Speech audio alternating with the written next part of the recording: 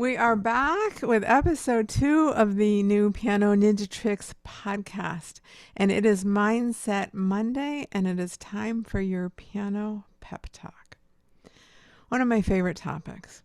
I always surprise my members of the Piano Ninja Tricksters Club when they open their membership hub, and the first thing they see is not a trick to help them play piano better. But I would dare to say it's maybe even more important than that.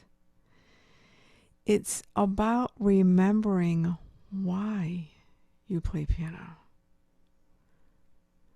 What drew you to the piano in the first place? For me, I was 7 years old, and my grandparents bought a spinet piano for my older sister. And she started taking lessons with my mom, who was a talented amateur pianist. And my mom thought, well, as long as I'm teaching Pam, I might as well teach Gal and Lisa. And they were at school, and I was home, and these men came to the front door. I didn't know. It was a surprise. So they came to the front door, and they took the front door off. And my mom said, I was in my PJs. And she said, go get dressed, and when you come out, I have a surprise for you. So I go and change into my clothes, and I'm thinking we're getting a new front door. And while I'm changing into my pajamas, I will never forget the glorious sounds I heard. I had never heard my mother play piano, and I came running out because I just had to watch her fingers, and I was so mesmerized, and I didn't know how to play. But that piano just drew me in because it drew my heart in. And it has drawn my heart in ever since. And it is so easy for pianists to just go on rote and just think, I have so much to learn, and there's so many notes, and there's so many things to do, and just to go on rote with practicing. But that's not how you want to practice. It's really not enjoyable. You want to make sure you're always practicing with your heart first.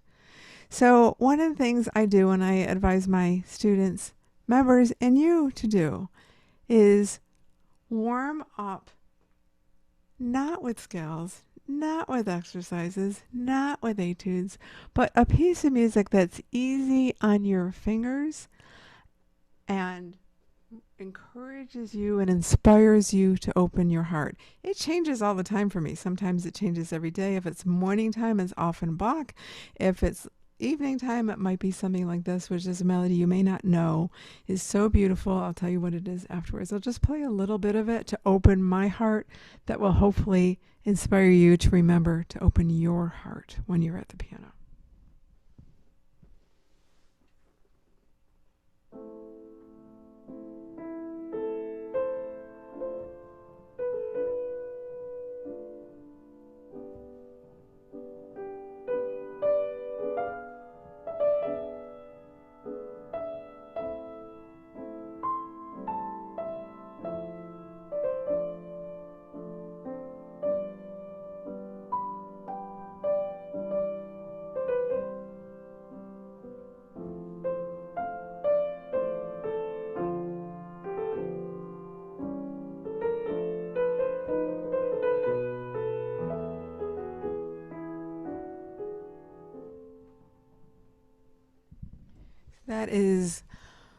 That opens my heart. I hope it does yours. It's a beautiful melody I discovered when I had a Belarus student, and she brought in this piece by a Belarus composer, Skolta.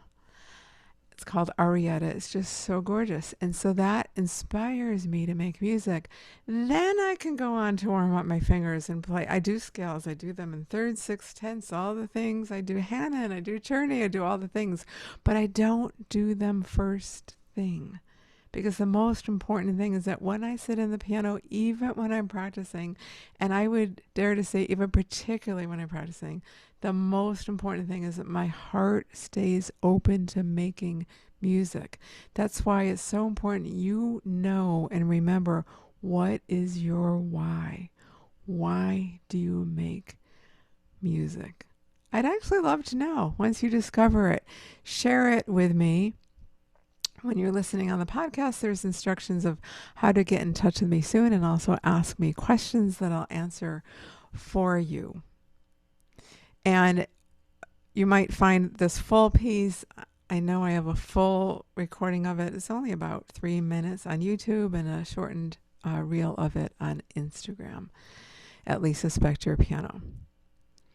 We'll be back on Thursday for Technique Thursday. Well, I'll be diving into a piano ninja trick to make your piano playing easier for you. In the meantime, don't forget the mindset. It's so important, and remembering why you make music and sitting down at your piano and opening your heart. It's so important. Thanks so much for listening. I'm Lisa Spector, your piano ninja. And it's back to the piano for me now.